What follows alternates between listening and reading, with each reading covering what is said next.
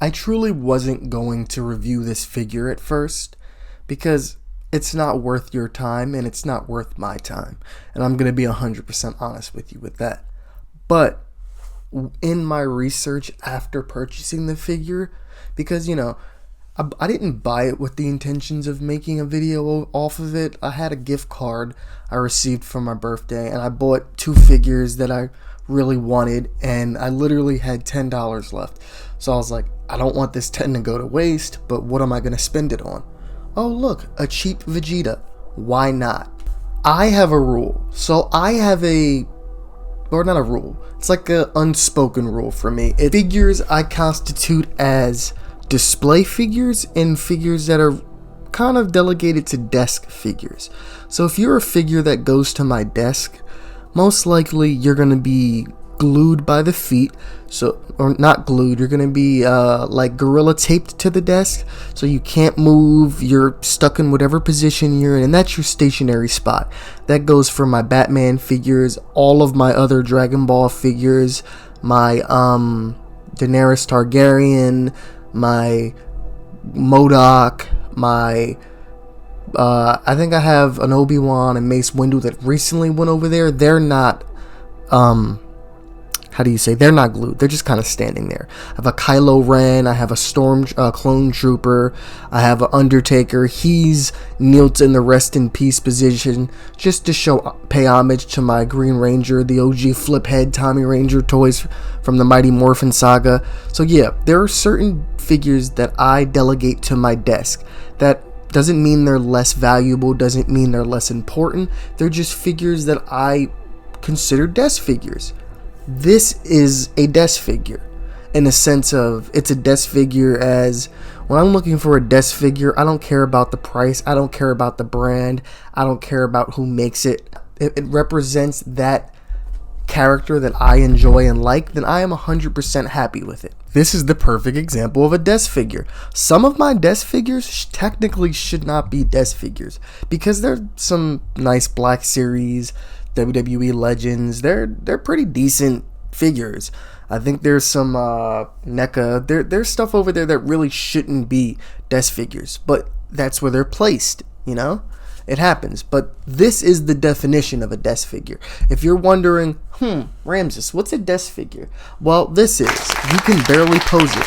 I mean, the knee makes you think that there's more articulation than there really is. There isn't. When you go to pose it, if you move it too hard, you can pop the entire leg off. I did that trying to pose him. Oh, you can also pop the torso apart from the legs. I did that as well.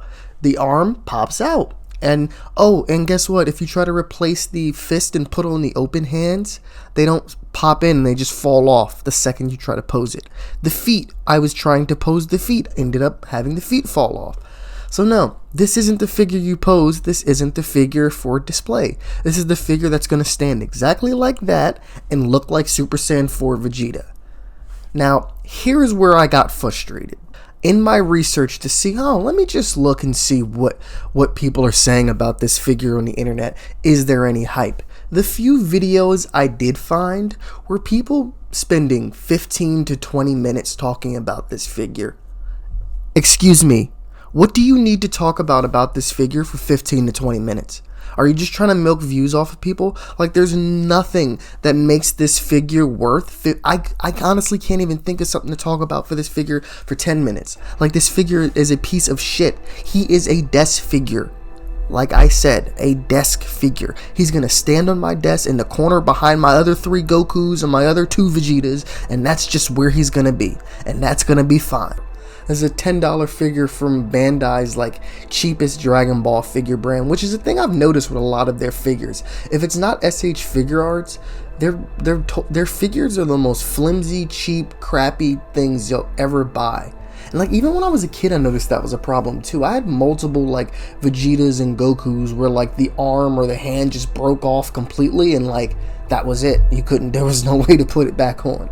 So maybe this is just a thing that they do. Maybe they're yeah, no, you're gonna spend good money if you want a good Vegeta or Goku or Trunks or Gotenks.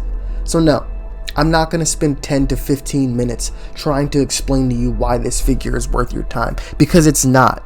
But if you want a Vegeta Super Saiyan 4 just to sit there and look good next to your other characters, then this will do the job just fine. Oh, Ramses, you don't know what you're talking about. You don't know what you're... Look at that. Look at that. Posability. Ready for it? See how that leg looks like it should bend more? It looks like it should, right? There you go. I'm surprised the foot didn't come off. Let me see if I can get some... Oh, look, the foot came off trying to poke. I'm not wasting my time. The articulation sucks. It is my love for Dragon Ball that got me through this review, and my spite for the people who tried milking views off of you for 20 minutes on this figure, because there's nothing at all to talk about for 20 minutes about this figure. Anyway, peace.